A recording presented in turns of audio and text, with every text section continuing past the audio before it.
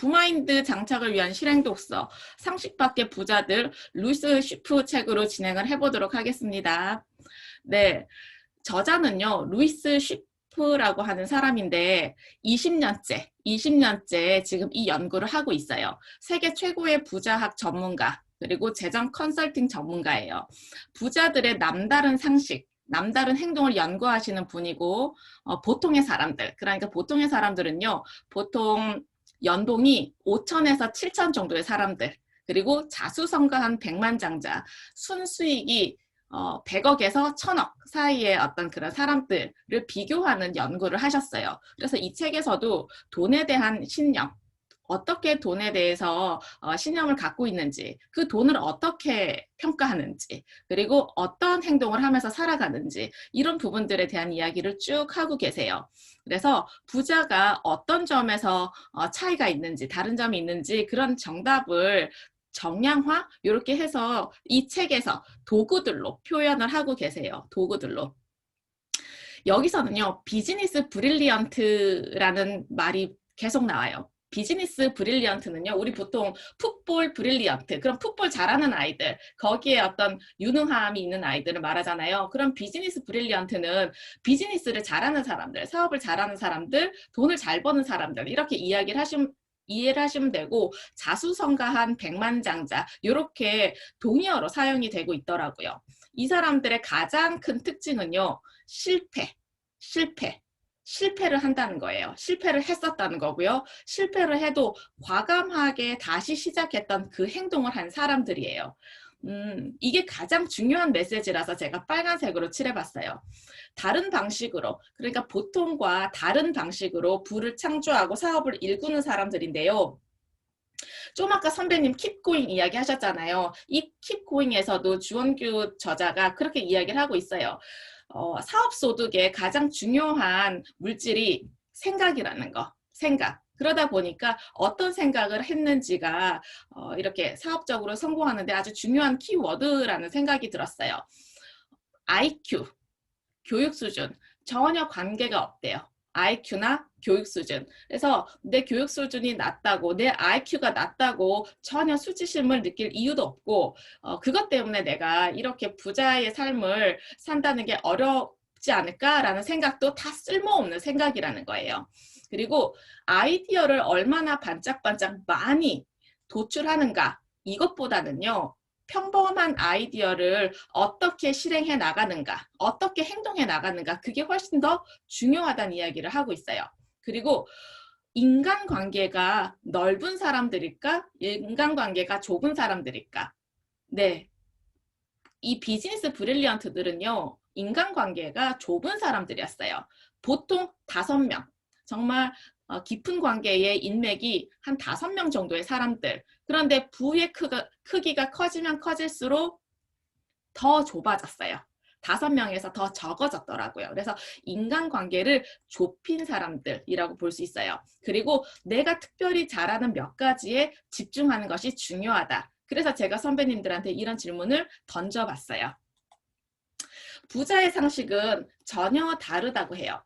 이 책이 언제 나왔냐면 2013년에 이 책이 출간이 됐고요. 우리나라에 들어온 게 19년이었어요. 작년 하반기, 작년 10월쯤에 우리나라에서 출간이 됐으니까 코로나가 터지기 이전이었어요. 생각을 해보면 코로나가 터지기 이전에도 우리는 불안한 시대에 살고 있다고 생각을 하면서 살았어요. 그 불안한 시대에 어떻게 하면 돈을 벌지도 막연하게 고민을 했는데 코로나가 터지면서 이게 완전히 우리 코앞에 다가왔잖아요. 그때도 이런 생각을 했었고 지금은 더 강하게 이런 생각을 하고 있기 때문에 우리가 좀 배워볼 필요가 있지 않을까라는 생각을 해봤어요. 정말 중요한 부분은요, 행운이라고 해요. 내가 뭔가 이성적으로 생각하고 그것을 계획하고 그것을 착착착착 진행하는 것보다는요, 행운이 부자들이 부를 일구는데 정말 중요한 요소라고 이야기를 하는데, 이 행운이라는 것은요, 우연히 다가오는 게 아니라는 거예요.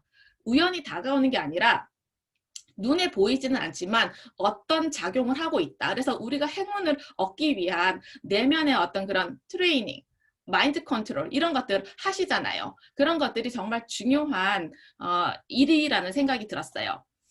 그리고요, 이 얘기 확실하게 파산을 하고 싶다면요, 어떻게 하라고? 착실하게 살라고. 착실하게 살라고.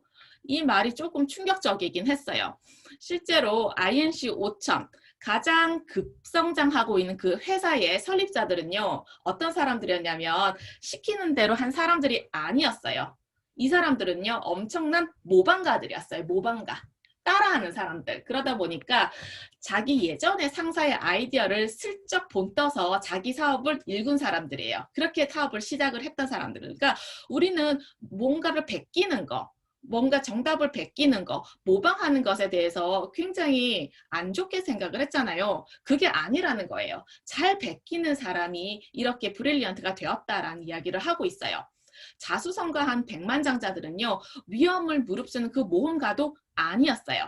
빌 게이츠 이야기가 나오는데요. 빌 게이츠가 모험을 하기 위해서 하버드대를 중퇴한 게 아니었어요. 굉장히 이 사람은요, 의도적이었어요. 의도적으로 중퇴를 했는데, 이따가 계속 말씀을 드릴게요. 자수성가한 백만장자들은 그때도, 그러니까 코로나가 생기기 이전에도 이 불가능한 경제 상황, 너무나 힘든 경제 상황, 이 어려운 경제 상황을 어떻게 돌파할지에 대해서 계속 생각해서 결국에는 실행해서 성공해서 남은 사람들이라고 해요. 그래서 정말 중요한 것은 이거예요. 익숙한 거. 정말 우리가 당연하다고 생각한 것을요, 당연하게 여기지 않았다는 거. 그 익숙한 것을 새로운 눈으로 바라보는 그 호기심, 그리고 그 용기, 해보는 거. 그래서 모든 사람들이 이미 진실이라고 믿고 있는 그 사실을요, 의혹의 눈길로, 의심의 눈길로 바라볼 필요가 있다는 거예요.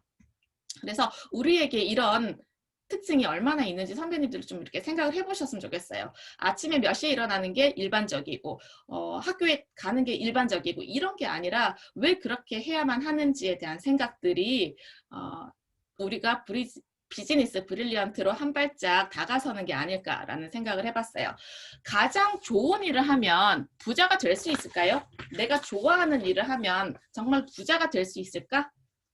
아니라는 거예요. 내가 정말로 좋아하는 일을 한다고 해서 돈을 벌지는 않는다는 거죠. 여기 이제 여러 명의 사람들이 이제 사례로 나오는데요. 예술가 허스트란 사람이 나와요. 예술가 허스트. 이 사람은 2006년 40살에 1,700억 달러의 1,700억 원의 그 자산가가 됐는데 이 사람은요. 자기의 초기 작품 15점을 2003년도에 다시 사들였어요. 다 사들여서 결국엔 시중에 자신의 작품이 없도록 만든 이후에 엄청난 값에 경매에 내놓은 사람이에요. 그래서 자수성가한 백만장자들은요, 내 일의 결과물을 확실히 내가 소유해야 한다고 생각을 해요. 이 사람도 마찬가지였고요. 그러면 중산층, 보통의 사람들이 좋아하는 일은 해요. 좋아하는 일은 하긴 하지만 이 사람들이 돈을 챙기지 못한 이유가 무엇일까? 좋아하는 일을 하면서도 돈을 챙기지 못한 이유는 무엇일까? 제 주변에 이런 분이 계세요. 이분도 영어 교사로 20년째 이제 공부를 하고 계시고 이제 일을 하고 계시는데 계약직으로 계시는 거예요. 그런데 굉장히 유능하신 분이세요. 유능하신 분인데 이분이 사람들이 탭스 공부를 한다고 해서 이것을 동영상으로 찍어서 도움을 주고 싶어 하세요. 그래서 도움을 받는 분들이 계시는데 유튜브에 못 올리시는 거예요. 유튜브에 못 올리시는 거예요. 그래서 왜 못 올리시냐 그랬더니 혹시 틀린 게 나올까 봐 못 올리시겠다고 하더라고요. 그래서 그 장벽을 깨부시는 게 먼저라고 말씀을 드렸거든요. 나의 20년 동안 그 공부를 하셨으면은 우리는 전문가로 이야기할 수 있잖아요. 그런데 나에 대한 의심과 두려움 때문에 이것을 돈하고 이렇게 교환하는 것뿐만 아니라 그 이전에 이미 이것을 극복하지 못했기 때문에 한 발짝도 못 내딛고 계시고 있더라고요. 그래서 대부분의 사람들이 두려워하는 것을 선택하는 사람들이 이제 부자가 될 수 있는 사람들이고 그 사람들은요 대부분이 요구하지 못하는 것도 요구하는 사람들이에요. 그래서 뒤에 가면은 협상에 대한 이야기가 나오거든요. 그것도 자세히 이따 말씀을 드릴게요. 그리고 그렇게 뭔가를 요구를 하면서 협상을 하면서 주변 환경에다가 영향을 끼치고 있고 그러면서 없었던 것을 새롭게 만들고 그런 것을 문화로 정착시키는 사람들이었어요. 그러면 이 이야기, 월급의 달콤함에 언제까지 속을 것인가? 월급의 달콤함에 언제까지 속을 것인가? 이 말을 들었을 때도 굉장히 섬뜩했는데 이런 사례가 나와요. 소마 퍼즐 맞추기 게임이 있는데 소마 퍼즐 맞추는 그 두 그룹에 이런 주문을 걸었어요. 한 그룹에다가는요. 최선을 다해서 해. 이렇게 이야기를 했고요. 두 번째 그룹에다가는요. 퍼즐 한 모양당 1달러씩 줄게. 네. 결과가 어떨까요? 결과가. 행동에 대해서 단기적인 보상을 주게 되면요. 장기적인 흥미와 열정을 떨어뜨린다는 연구 결과가 있어요. 그러다 보니까 우리가 헌혈을 할 때 어떤 대가를 주게 되면요. 이 사람들이 자발적으로 헌혈하는 그 수가 떨어진다고 해요. 그래서 여기에서 이제 제시하고 있는 게 월급봉투 무기력증이라고 나오는데 이 월급봉투 무기력증은요. 일에 대한 애정이 크면 클수록 괴로움이 크다는 거예요. 그래서 우리가 일주일 동안 열심히 일을 했어요. 내가 좋아하는 일이든 좋아하지 않은 일이든. 그런데 월급이라는 것을 받게 되면요. 주말이 됐을 때 뭔가 또 다른 새로운 내가 즐길 거리를 찾는다는 거예요. 자율지향적인 사람이 있고 통제지향적인 사람이 있는데 자율지향적인 사람은 나에게 흥미롭고 매력적인 일을 찾는 사람. 통제지향적인 사람은 내가 원하는 것보다는 타인의 요구, 타인의 보상에 의지를 하는 사람이에요. 그러면 나는 자율지향적인 사람일까? 통제지향적인 사람일까? 선배님들 요거 한번 생각을 해보세요. 만약에 내 직장에서 어떤 새로운 자리, 새로운 일을 제안을 받았을 때 걱정이 덜컥 오는지 아니면 설레임이 올라오는지. 걱정이 온다는 것은요. 책임을 다하지 못할까 봐 걱정을 하는 거예요. 그런데 설레임이 온다는 것은 얼마나 재미있을까? 얼마나 신날까? 이런 생각이죠. 그러다 보니까 나는 책임에 걱정스러운 사람이라면 자율지향적인, 통제지향적인 사람. 그 다음에 내가 얼마나 재미있을지 설레임에 대한 느낌이 온다면 나는 자율지향적인 사람. 이렇게 좀 생각을 해보시면 좋을 것 같아요. 그렇다면 월급봉투 무기력증에서 나오려면 어떻게 하면 좋을까? 선배님들 월급 받으시는 선배님들은요. 이렇게 한번 떠올려 보세요. 어떻게 하면 그 월급봉투 무기력증에서 빠져나갈 수 있지? 내가 왜 그 주문에 사로잡혀 있지? 저 이런 생각을 좀 해봤거든요. 그러다 보니까 이런 생각들, 내가 이 월급을 받지 않아도 이 곳에서 이 일을 계속 해나갈 수 있을까? 내가 월급을 받지 않아도 이 곳에서 이 일을 계속 해나갈 수 있을까? 전 여기까지 생각이 미쳤거든요. 네. 지금으로서는 예스예요. 지금으로서는. 돈 안 주더라도 거기에서 내 컨텐츠를 개발할 수 있고 내가 어떤 성장의 기회를 얻을 수 있다는 생각이 지금은 들어요. 아직까지도.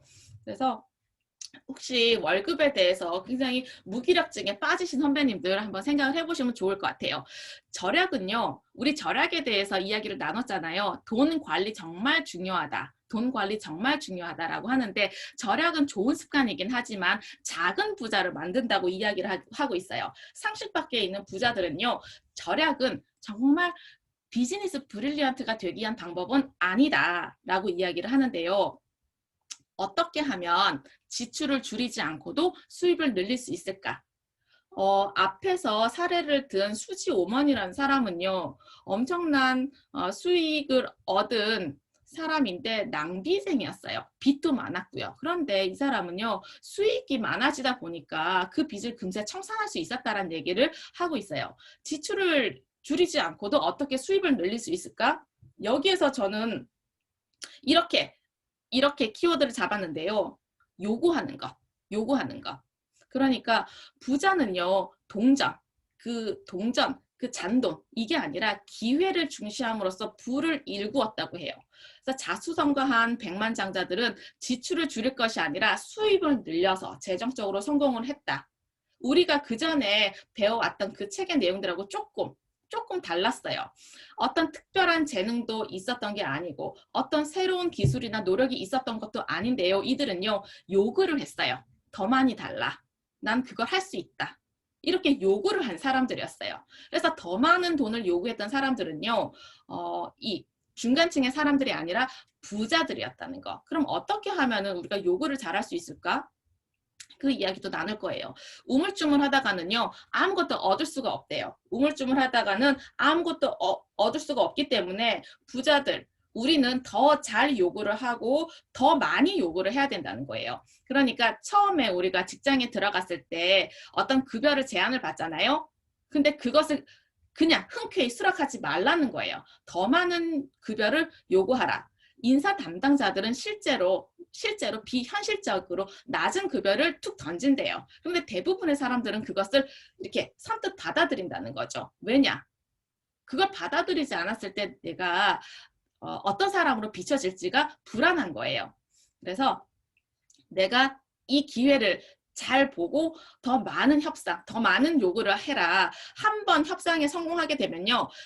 그 이후에 있는 협상에서는 내가 당연히 우위를 점할 수가 있다. 그래서 50년간 일을 했다고 봤을 때 협상 한 번 잘하면 50년 동안 18억 원을 더 벌 수 있다. 이렇게 제시하고 있어요. 그래서 부자들은요. 더 요구하고 더 잘 요구하는데 왜 이게 가능할까? 왜 이게 가능할까? 미리 준비를 하는 거예요. 미리 준비. 어떤 준비를 하느냐? 목표가 중요하다는 이야기를 우리가 쭉 나눴잖아요. 나는 어떤 목표를 갖고 있을까? 내가 이 회사에서 얼마나 높게 올라갈까? 얼마나 많은 돈을 여기에서 받을까? 내 나름의 어떤 기준, 목표 이런 것들이 필요하다는 거예요. 그래서 그거를 제시를 하기 위해서는 지금 내가 몸담고 있는 분야에 높은 수준의 그 급여를 미리 조사를 하는 거예요. 미리 조사를 하고 그 회사 안에서 나는 어느 정도의 가치가 있는 사람인가? 어느 정도의 가치가 있는 사람인가? 내가 무엇을 잘 해낼 수 있을까? 내가 어떤 능력과 어떤 기술을 갖고 있고 또 내가 여기에서 어떤 노력들이 더 요구되는가? 이런 것들을 미리미리 준비를 하면 협상할 때 훨씬 더 많은 금액을 요구하고 수용받을 수 있다는 거죠. 그래서 어떤 사례가 나오냐면 호텔에서 일하는 어떤 여성분인데요. 말도 안 되는 금액을 요구를 하려고 했어요. 그 말도 안 되는 금액이 연봉 5천만 원을 올려달라고 한 거였어요. 그런데 남편이 2배로 한번 요구를 해봐 라고 해서 1억을 요구를 했는데요. 그게 받아들여진 거예요. 그러다 보니까 그 이후에도 엄청난 수익을 올렸다는 이야기. 그래서 더 요구하고 더 잘 요구하고 그리고 거기에 맞게 내가 능력을 개발하면 된다. 이런 이야기를 하고 있어요. 아무도 내 돈을 따로 챙겨주지 않는다. 아무도. 그러기 때문에 내가 스스로 내 돈을 챙겨달라고 이야기를 해야 된다. 그러면요. 협상을 할 때는요. 공격적으로 협상을 하라고 그래요. 우리가 부자가 되려면 공격적인 플레이를 하고 그다음 내가 내 돈을 그대로 유지하려면 수비적인 플레이를 하면 된다고 우리가 배웠잖아요. 여기서는 공격적으로 협상을 해라. 내 미래가 거기에 달려있다. 라는 생각으로 하라는 거예요. 만족스러운 정도가 아니라 훨씬 더 큰 금액을 요구하라고. 그리고 상대방에 대한 조사, 상대방에 대한 이해 이것도 필요하다고 얘기를 해요. 왜냐하면 그 사람의 약점을 이용해서 내가 협상에 성공할 수 있으니까. 그래서 더 많은 돈을 번다는 것은요. 거절에 대한 어떤 불편함, 두려움 이런 것을 얼마나 더 잘 다루느냐. 그렇기 때문에 내가 불편하지만 두렵지만 불안하지만 해봐라. 그래야 너희들의 어떤 협상 능력이 올라간다. 그래서 상대방이요. 정말 말 안 된다. 그건 좀 아니다. 이렇게 느낌을 받았어요. 그런데요. 느낌은 그런데 그 말을 내뱉지 않았다면요. 나는 아직 최선을 다한 게 아니라고 해요. 그러다 보니까 상대방이 그건 좀 지나치다. 그건 좀 아닌 것 같다라고 말할 때까지 내 협상의 어떤 그런 가격을 올려도 괜찮다. 이렇게 이야기를 하고 있어요. 빌 게이츠 방식인데요. 빌 게이츠가 자신의 프로그램 윈도우 프로그램 이런 것들을 자기가 창조적으로 생각해서 한 거 아니라는 사실 알고 계셨나요, 선배님들? 빌 게이츠가 개발한 그 프로그램은요, 이미 다른 사람의 것이었어요. 게이츠는요, 킬달이라는 박사가 있었어요. 근데 이 킬달이라는 사람은 어떤 사람이었냐면은 정말 재밌는 사람인데 이 사람은 자기가 프로그램 개발하는 것에 흠뻑 빠져있는 사람이에요. 돈에 대해서도 사실 별로 관심이 없었고 어떤 상업적인 성공 가능성에 대해서도 별로 고려하지 않고 그렇게 자기 프로그램 개발에만 열중을 하는 사람인데요. 사실 킬달이 QDOS라는 프로그램을 이미 만들어 놨는데 IBM하고 협상하는 과정에서 IBM의 말을 듣지 않았어요. 이런 거예요. 쉬운 예로 다음 달까지 너의 프로그램 완성본 우리에게 넘겨 라고 했는데 난 그때까지 못 맞춰. 좀 더 손 봐서 완벽해지면 그때 넘길게 라고 했더니 IBM에서 이 킬다를 버렸어요. 너랑은 일 못하겠다. 그런데 게이츠가 이 사실을 알고 있었어요. 그래서 IBM에 가서 협상을 하는데 게이츠한테는 프로그램이 없었어요. 프로그램이 없었어요. 왜냐면 너무 어린 나이기도 했었고 킬다는 그때 이제 박사였거든요. 너무 어린 나이기도 했었고 경험도 없었고 그런데 이거를 보고서 IBM이 원하는 그러니까 다음 달까지 이 프로그램 다 완성해와 그랬더니 이 사람은 아무것도 없었는데 오케이를 한 거예요. 그러면서 킬달이 만들어 놓은 그 프로그램 QDOS를 조금 수정해서 준 거예요. IBM에다가. 그러다 보니까 그때부터 빌 게이츠는 IBM과 함께 할 수가 있었고 그러면서 킬달은 버려지고 킬달은 게이츠가 될 뻔한 남자라는 닉네임을 갖고 있어요. 그래서 우리는 어떻게 해야 되나 정말 반짝이는 아이디어보다 더 필요한 게 빠른 행동력이라는 거예요. 빠른 행동력. 전구는 우리가 토마스 에디슨의 발명품이라고 알고 있잖아요. 그게 아니었어요. 조지프 스완이라는 사람이 이미 특허권을 갖고 있었어요. 그리고 자동차도 헨리 포드의 발명품이 아니었어요. 그 전에 조지 셀던이라는 사람이 이 자동차에 대한 특허권을 갖고 있었어요. 그런데요, 우리는 그런 위대한 아이디어, 그다음에 그 천재들에 대한 그 이야기들에 관심을 빼앗기잖아요. 그것을 만들어낸 중간 단계가 있다는 얘기예요. 그러니까 그 평범한 아이디어를 실행에 옮긴 그 행동력은 별로 매력적이지 않거든요. 그래서 스토리를 만들어낸 거예요. 선배님들 진실과 사실에 대한 구분을 하시나요? 진실과 사실에 대한 구분. 이게 뭔 얘기냐면요. 진실은 100% 있는 그대로의 이야기예요. 그런데 이 진실을 대중들에게 던졌을 때 그대로 먹히지가 않기 때문에 사실을 만들어내는 거예요. 사실은요. 진실은 아니지만 먹힐 법한 어떤 고객들이 인식한 그런 이야기들을 사실이라고 하는데요. 우리가 있는 그대로의 100%가 그대로 고객들에게 가지 않아요. 그러니까 빌 게이츠에 대한 이야기, 워런 버핏에 대한 이야기도요. 진짜 알맹이는요. 가지 않아요. 왜냐하면 그것을 알렸다가는 이 사람들이 그렇게 뭐라고 하죠? 선망의 대상이 될 수가 없거든요. 왜냐하면 좀 비겁한 행동들을 해왔기 때문에 포장을 잘해서 우리에게 전달이 된 것뿐이에요. 그것을 말씀을 좀 드려볼게요. 네. 강자의 등에 올라타야 돈을 번다고 하는데요. 기업은요. 빌 게이츠처럼 차고에서 만들어지지 않는다는 거예요. 빌 게이츠도 이 사람이 우연히 차고에서 친구들하고 놀다가 이걸 개발한 게 절대 아니었어요. 돈에 대한 비즈니스에 대한 마인드가 있었던 사람이에요. 그래서 기업은요. 기업에서 만들어져요. 성공한 기업가들은 외로운 늑대 같은 그런 발명가들이 아니었어요. 훔칠 만한 좋은 아이디어 를 계속 찾아다니는 사람들이었어요. 그러면서 이 아이디어를 내가 찾잖아요. 그럼 그것을 결국에는 내 거라고 주장을 하는 거예요. 그런 방식이 바로 빌 게이츠의 방식인데요. 이 방식은 우리가 배울 수 있고 모방을 해서 따라할 수 있다는 거죠. 네. 그러면요. 어떻게 해야 되느냐? 내가 일단 가장 흥미로운 분야를 찾는 거예요. 빌 게이츠한테는 그게 이제 프로그램, 컴퓨터 분야였잖아요. 그러면서 함께 일할 동업자를 찾아요. 함께 일할 동업자인데 그 동업자는요. 돈이 많고 명성이 좀 있는 사람이라야 내가 성공 가능성이 높아지는 거예요. 그러면서 그 곰의 등에 올라타요. 빌 게이츠는 IBM의 등에 올라탔어요. 그런데 곰의 등에 올라타서 뛰면 어떻게 돼요? 내가 떨어지잖아요. 떨어지지 않기 위해서 그때부터 안간힘을 쓰고 나가는 거예요. 또 말씀을 드려볼게요. 평범한 아이디어의 놀라운 힘에 대해서 이야기를 하고 있는데요. 콜럼버스의 달걀이라는 이야기 많이 들어보셨을 거예요. 달걀 세워봐 하고 주잖아요. 그러면 사람들이 잘 못 세우는데 콜럼버스가 한쪽 끄트머리를 이렇게 평평하게 살짝 깨뜨려서 평평하게 만든 다음에 세우면 이게 세워지잖아요. 그래서 따라하는 건 너무나 쉽고 누구나 할 수 있는 거예요.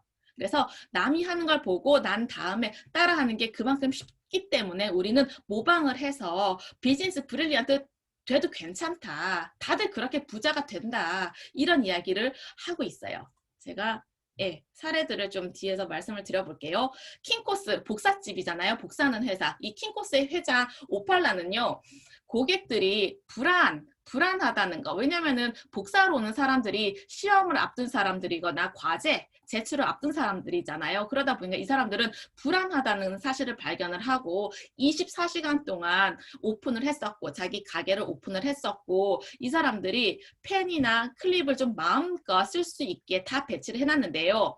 이것을 어떻게 해야 되느냐 고민을 하다가 맥도날드를 찾아간 거예요. 맥도날드 매장에 가게 되면은 그 주방에 가보면 굉장히 기계화되어 있잖아요. 굉장히 이게 쉽게 작업할 수 있게 딱 체계화되어 있는데 그거를 그대로 모방을 한 거예요. 그러면서 모든 물건은 정해진 장소가 있으니까 사용한 뒤 제자리에 놓아라. 이것도 맥도날드에서 갖고 온, 그래서 자신한테 적용한 그런 사례라고 이야기를 하고 있어요. 이 얘기가 하고 싶었어요. 워런 버핏 이야기. 워런 버핏 대단한 투자자이잖아요. 이분이 정말로 기업을 찾는 그 안목이 대단해서 이렇게 엄청난 부자가 되었을까요? 아니라는 거예요.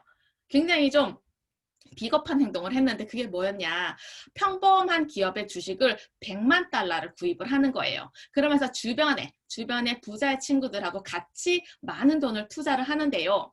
수익을 극대화하기 위해서는요. 자신들의 입김을 불어넣는 거예요. 이렇게 해라 저렇게 해라. 이렇게 안 했어? 그럼 너는 나가. 하면서 CEO도 교체를 하고 직원들도 해고를 하고 그러면서 단기간에 올라간 그 수익으로 엄청나게 비싼 가격에 그 회사를 매각하는 이런 반복적인 어떤 실행 덕분에 부자가 되었대요. 초창기에. 그러니까 이 사람이 어떤 좋은 주식을 찾아가지고 그 주식이 오를 때까지 기다리는 게 아니라 계속 뭔가 힘을 이렇게 투입을 했던, 뭔가 애를 썼던 그런 노력들이 이 책에 계속 나오고 있는데요. 정말 놀랬어요. 엄청나게 노력을 했더라고요. 그러면서 노하우보다는 노후가, 물론 노하우도 중요하죠. 앞에서 어떻게 우리가 노하우를 하고 있는지를 쭉 이야기를 했잖아요. 모방을 하면 된다. 그런데 그보다 더 중요한 게 이제 또 앞으로 계속 나올 거예요. 누구와 함께 해야 되느냐? 태양의 서커스단이라는 그 서커스 단체가 있어요. 그런데요, 이 서커스 단이 처음에는 굉장히 어려웠대요. 왜냐하면 아무것도 없는 상태에서 이 서커스 단을 유지를 해야 되기 때문에 굉장히 어려웠는데 이 서커스 단이 커질 수 있었던 이유가 있어요.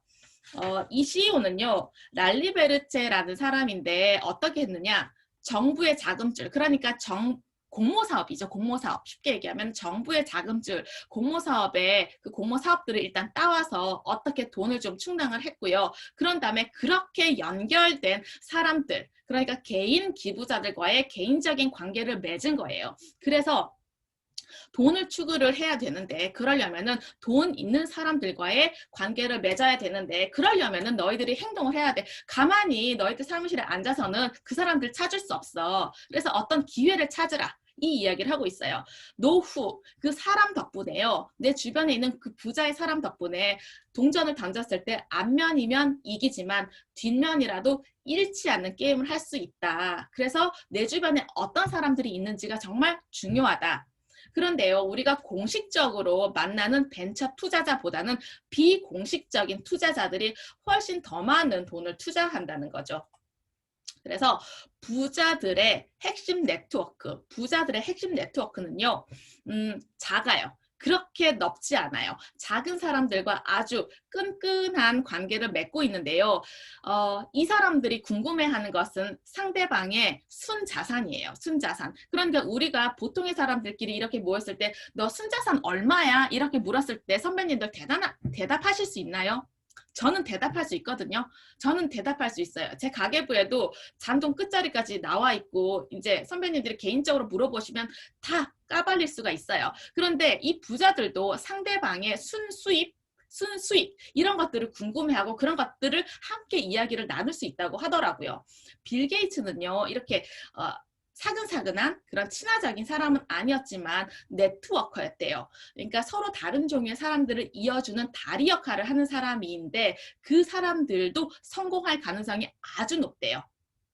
왜냐면 알고 있으니까 저 사람이 어느 정도의 수입을 올리는 사람인지 어느 정도의 규모를 가진 회사가 있는지 알 수 있기 때문에. 그리고 인맥은 너무 넓지 않고요. 5명 안팎. 부가 더 커지면 커질수록 5명보다 더 적은 수의 인맥, 핵심 인맥을 갖고 있다고 해요. 그래서 서로 잘 알고 깊이 이해하고 그 소규모 핵심 네트워크를 통해서 성공할 수 있다. 이런 이야기를 하고 있어요. 그다음에 네트워크의 힘, 같은 말이죠. 네트워크의 힘. 부자는요, 더 부자가 될 수 있고 가난한 사람은 더 가난해질 수 있는 게 바로 네트워크의 힘이라는 거예요.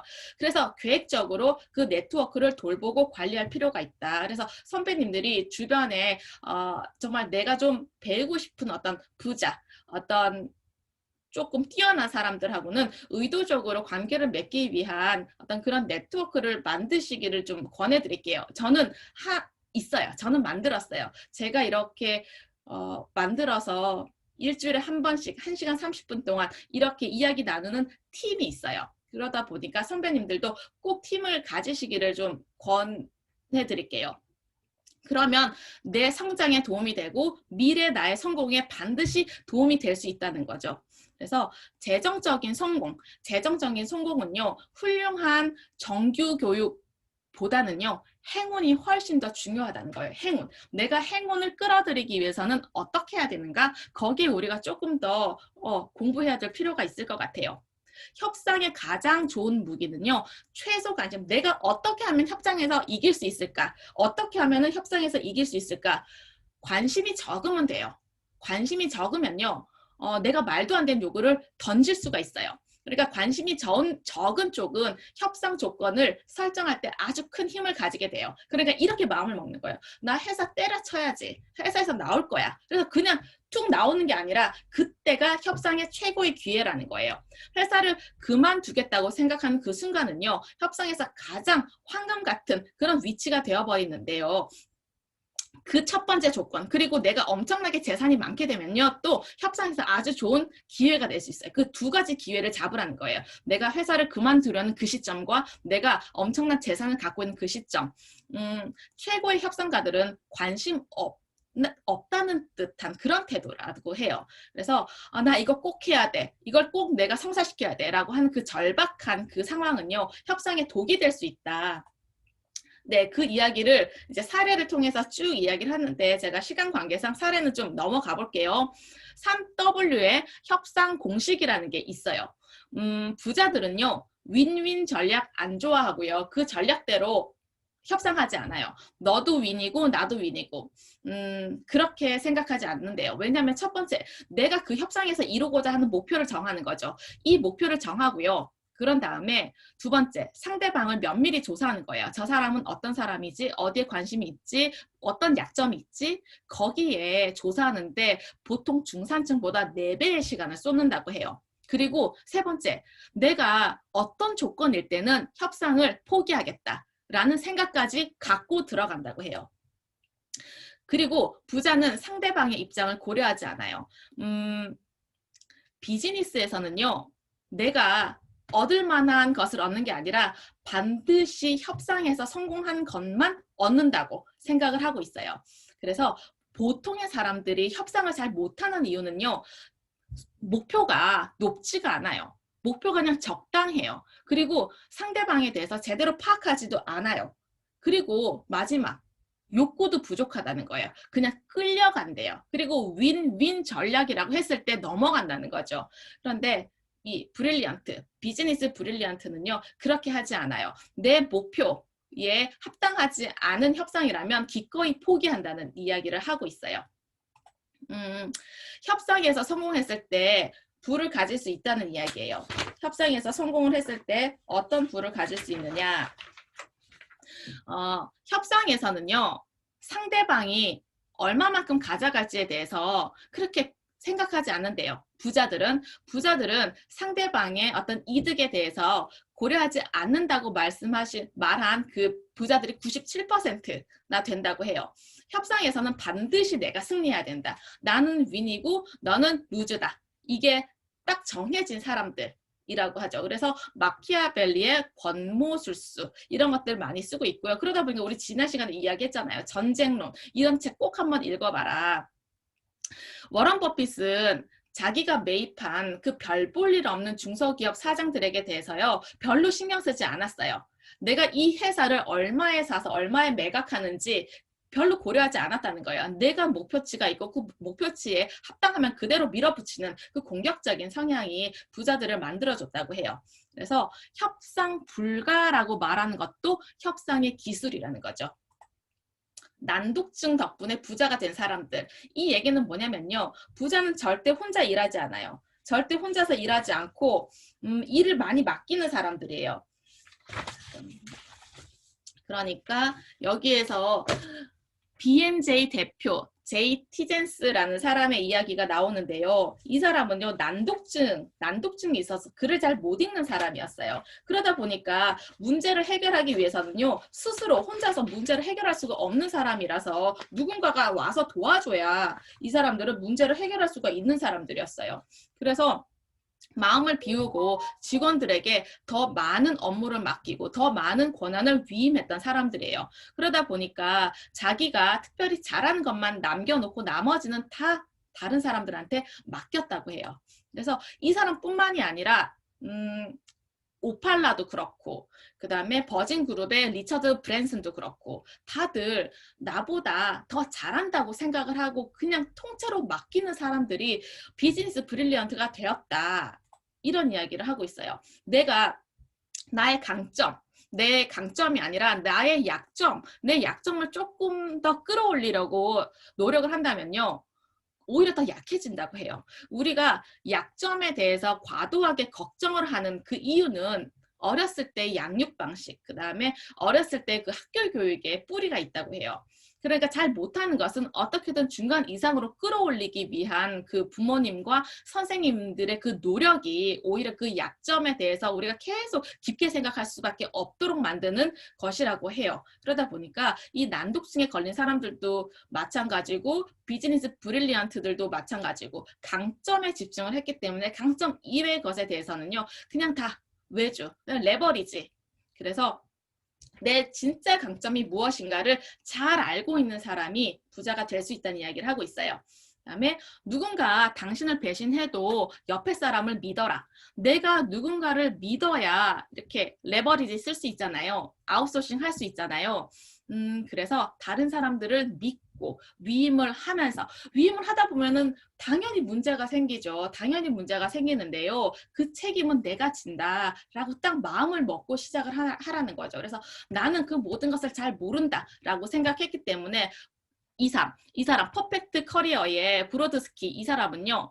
회의를 시작하기 전에 이렇게 적는다고 해요. 바보, 바보, 바보. 나 바보니까 너희들의 이야기를 잘 들을 거야. 잘 배울 거야. 이런 마음가짐이었다고 해요. 그 다음에 넘어가 볼게요. 선배님들이 오늘도 일만 했다면 더 큰 부를 만들지 못한다. 사실 부자들은 중산층보다 훨씬 더 많은 일을 한대요. 보통 사람들은요. 보통의 중산층들은 42시간을 일주일에 일을 한다고 치면 이 부자들은 일주일에 65시간 동안 일을 한다고 해요.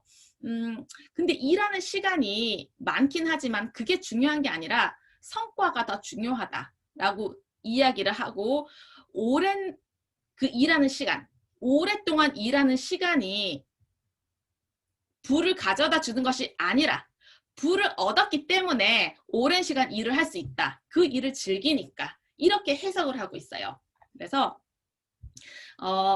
사실 실패하는 사업가들은요. 살인적인 업무 스케줄에 사로잡혀 있는 사람들이라고 해요. 그래서 비즈니스 코치 하시는 분이 이렇게 조언을 하고 있어요. 1년에 150일은 사무실이 아닌 곳에서 자유시간을 보내라. 그래서 이 나에게 주어진 그 자유시간을 내가 어떻게 살아갈지 생각해봐라. 그래서 실패하는 사업가들이 그 살인적인 스케줄에서 벗어날 수 있어야 된다라고 이야기를 하고 있어요. 왜냐하면 그런 강박적인 업무에 매여 있지 말고 나와서 더 큰 그림을 그리고 더 큰 전략을 짜라. 이런 이야기예요. 그러면 경제적인 자유를 얻고 은퇴하는 삶을 살려면 어떻게 해야 되는가? 선배님 이런 생각 해보셨어요? 내가 잘할 수는 있어요. 자격증도 몇 개나 갖고 있어요. 그런데 그 일을 하고 싶지 않아요. 그 일을 하고 싶지 않아요. 그럴 때 정말 고민에 빠지는 거죠. 정말 여기에서도 회계사인 분이 회계사를 잘해요. 그 업무를 무척무척 잘하는데도 불구하고 재미가 없는 거예요. 그러다 보니까 회계사 일을 그만두고 이제 청소 사업을 시작한 그 이야기를 하고 있는데요. 선배님들은 내가 정말 즐기는 일이 무엇일까? 그 일만 하면서 내가 은퇴 이후의 생활을 누릴 수 있을까? 이런 생각들을 해보시면 좋을 것 같아요. 능력 있는 사람들에게는요, 내가 정말로 즐거운 일을 하는 것 자체가 보상이라는 거죠. 그래서 바로 가장 좋아하는 일을 하면서 거기다가 생산적인 삶을 산다면 너무 좋을 것 같다는 생각을 해봤어요. 그 다음에 이거 마지막으로 가장 중요한 내용이에요. 실패는요, 너무너무 중요한 성공의 도구라는 거예요. 커다란 좌절, 커다란 실패는요, 그러니까 비즈니스 브릴리언트 그 기술을 개발하는데 너무너무 중요한 이유가 되는 거예요.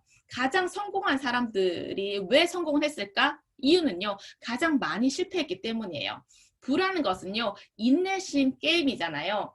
인내심 게임. 그러다 보니까 이 세스 고딘이 이 책에 대해서 더 딥이라는 책에서 이야기를 하고 있어요. 내가 너보다 성공했어. 그 이유가 뭔 줄 알아? 내가 더 많이 실패했기 때문이야. 이렇게 이야기를 하는 거예요. 그런데 실패를 했어요. 그렇다고 그 실패, 다시는 그 일 돌아보고 싶지 않아 하고 뒤돌아서서 나오는 게 아니라 그 자리에서 다시 그 일을 시도해 보라는 거죠. 그러면서 진짜로 나의 인내심, 게임, 그다음에 나의 능력, 유능함 이런 것들을 찾아가라. 웅덩이에 빠지면 더 들어가라. 이 책에 대한 내용이에요. 다른 사람들이 가지 않는 길로 가는 사람이 더 특별해질 수가 있는데 더 성공하는 사람, 그 웅덩이에 빠졌을 때 거기에서 헤매는 사람, 거기에서 허우적대는 사람, 거기에서 문제를 해결하려고 애쓰는 사람, 그 사람들이 진짜 비즈니스 브릴리언트가 되었다는 이야기예요. 그 웅덩이가 나만의 희소성을 만들어주거든요. 그래서 언론 매체는요, 이런 이야기를 잘 하지 않는다고 해요. 왜냐면은 대중들이 이런 이야기를 재미있어 하지 않으니까. 그런데 이게 진짜 이야기라고 여기서는 하고 있어요. 실패는 부를 얻기 위한 필수 조건이다. 그래서 저도 이런 목표가 생겼어요. 난 뭘 하면 실패할 수 있을까? 우리 실패하지 않기 위해서 너무나 바둥거리면서 살아오지 않으셨나요? 너무나 상식적이고 너무나 합리적으로 살아오기 위해서 우리가 실패하지 않으려고 성공하기 위해서만 이렇게 달려온 것 같아요. 생각해 왔던 것 같고 실천하고 노력해 왔던 것 같아요. 그런데 부자들은요, 실패에 대한 그 믿음, 실패는 반드시 해야 되고 그 실패를 어떻게 빠져나왔는지에 대한 그 스토리를 굉장히 중요하게 여기고 공유를 하고 있다고 해요. 그래서 매 순간 실패를 회피하려고만 하면 당신은 더 이상 얻을 수 있는 특별한 게 없다. 실패 기꺼이 해라. 네, 마지막 페이지예요. 선배님들 비즈니스 브릴리언트 되고 싶으신가요? 끄덕끄덕 도리도리 좀 부탁드릴게요. 끄덕끄덕. 네, 저도 되고 싶어요. 비즈니스 브릴리언트 되고 싶어요. 그래서 5가지로 정리를 좀 해봤어요. 첫 번째, 내가 가장 잘하고 있는 일을 찾아라. 내가 가장 잘하고 있는 일을 찾아라. 아마 선배님들 떠오르시는 게 있을 거예요. 그 일과 관련된 기회를 얻기 위해서 시간과 노력을 해라.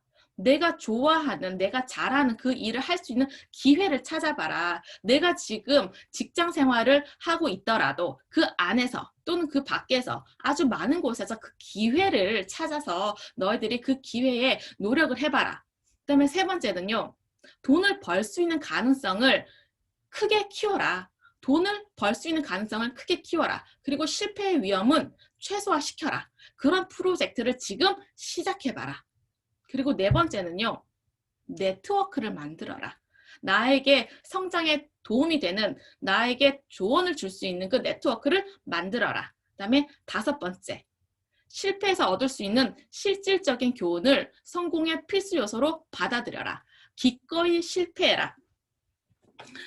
켈리체 회장님이 이 책에서 썼어요. 파리에서 도시락 파는 여자에서 아주 쉽게, 아주 값싸게 실패하고 나서 제대로 시작하라고요. 그래서 이 책에서 켈리체 회장님의 그 이야기를 지금 상식밖의 부자들에서도 아주 중요하게 강조하고 있어요. 그래서 제가 정리한 내용은 여기까지 말씀드리겠습니다. 네.